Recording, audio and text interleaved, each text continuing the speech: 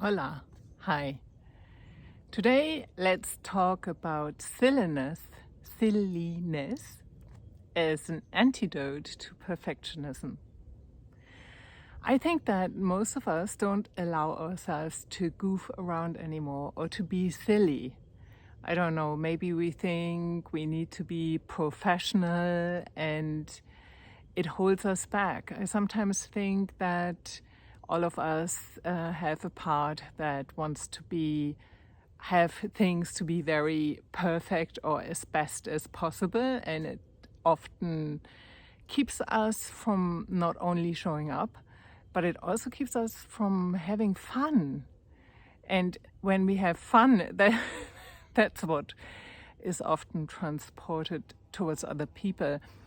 There's a reason why we love the bloopers, of films, the things where things didn't work out, and it's I don't know, because they are funny, and it's showing that even the stars mess up. And I personally really am for showing up as you are with your imperfect self, especially on social media, because I have the feeling there are so many who have this very polished profiles and very polished way how they present themselves. And I think there are a few dangers. First of all, as someone who's consuming that content, we think, oh, there must be something wrong with me. I'm the only one who's messed up, and all these other people are having these amazing lives.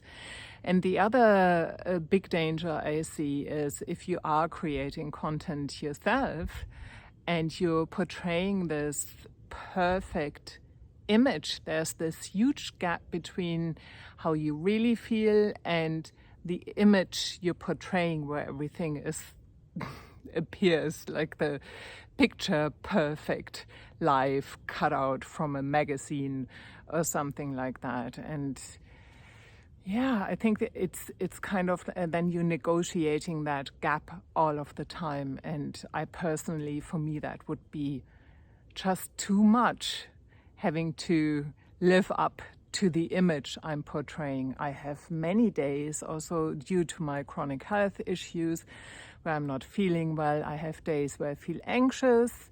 Today is the day where I'm a little bit more anxious, and I have days where I feel down, and it's all allowed to be there. I'm still showing up.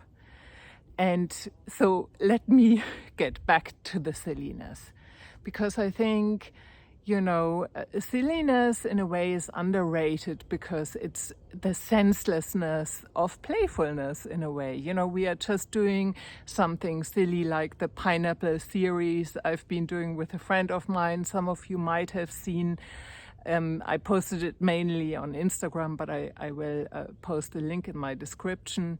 Or also, my silliness also shows up in my art, because I love just drawing into the unknown. I never know what's going to show up. And so I have these weird, nonsensical creatures, fantastical creatures, and everybody sees a different story in it. And I think for me, it's been really, really helpful also when I still had been acting and performing. It was a great way to overcome this idea of I have to have something developed, something really great to show up on an open stage and just do something, until I learned solo improvisation with Andrew Morrish, which was just about going with nothing on stage and seeing what happens.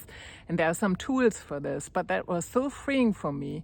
And that's the same thing when I draw, because I think if I don't know what I'm going to do, there's no way I can mess it up. And that's a little bit what I'm talking about. It's kind of like, if I don't have this plan to have this very meaningful video or whatever it is, then I can allow myself to just do something fun or to do something silly. And I think it's just gorgeous. It reminds me of another thing. Years and years ago, I did a workshop with Keith Johnston, who's really known for improvisation as well. And One of his exercises was, now do it as boring and as uninteresting as possible. And it relieved people of the pressure of having to come up with the next fantastic idea or having to be this really